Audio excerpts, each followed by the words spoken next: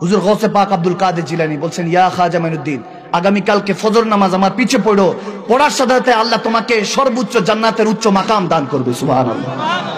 তুমি খাজা মাইনুদ্দিন চিশতি বলছেন, হুজুর আগামী কালকে ফজর নামাজ যদি, এটা খাবের কথা বলছি, আলমে আহুতি, এটা তো নাসুতি দুনিয়া, এগুলো বুঝবেন না, শুধু ইশারা দিয়ে বুঝে যাচ্ছি, বুঝার চেষ্টা করেন। 90 লক্ষ কিভাবে পড়ালেন হুজুর? একটা টাইমে 90 লক্ষ মানুষ কিভাবে হলো? তিনি ওই দিন খাজা মাইনুদ্দিন চিশতি যখন এটা ইরাদা করলেন, হুজুর গৌসে পাকের কাছে বললেন যে আগামীকালকে আপনার পিছনে যে নামাজ পড়বে সে জান্নাতি। বলে সেই জান্নাতি হবে, আল্লাহ ইমানের দৌলত দিয়ে দিবে। আর যদি এটা কাউর কাছে বলো তাহলে সে জাহান্নামী হয়ে যাবে, এটা কাউর কাছে বলা যাবে না। তিনি এসে 90 লক্ষকে বলে দিলেন। সুবহানাল্লাহ বলেন।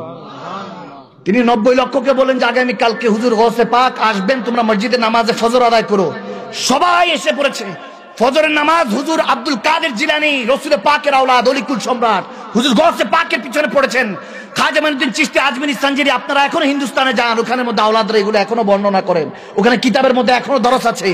ওই দিন খাজা মাইনুদ্দিন চিশতি 90 লক্ষকে দাঁড় করিয়ে দিলেন, আর চোখের পানি বলতেছেন, ইয়া রাসূলুল্লাহ, এতদিন চিন্তা করেছি, আল্লাহ যখন আপনাকে মেরাজ রজনীতে আওয়াদানাতে নিয়েছেন, আপনি জিজ্ঞেস করেছিলেন, আল্লাহ সমস্ত কিছু খালিক ও মালিক তো তুমি, তোমার কাছে কি এমন কিছু আছে যেটা তুমি আল্লাহর কাছে নাই?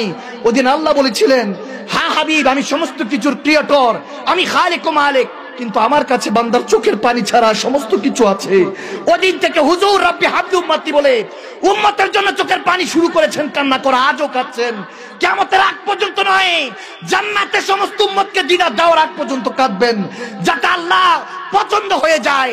এজন্যই তো রব্বে কারীম ওয়া মা আরসালনাকা ইল্লা রাহমাতুল লিল আলামিন বানিয়েছেন, জানা রাব্বুল আলামিন, কুল কায়নাতের রব আমি, আর কুল কায়নাত যতক্ষণ আছে আপনি নবী মুস্তাফা হলেন রাহমাতুল লিল আলামিন।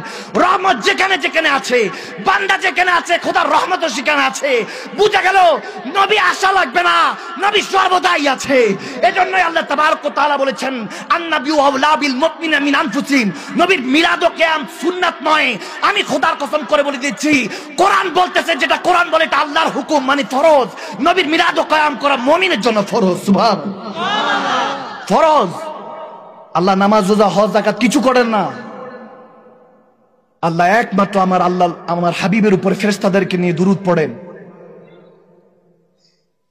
সব সময় তো শুনেন, ইয়া আইয়ুহাল্লাযীনা আমানু সাল্লু আলাইহি ওয়া সাল্লিমু তাসলিমা, তখন গিয়ে মুমিনকে বলেছেন সালাত পড়ো, সালামও দাও।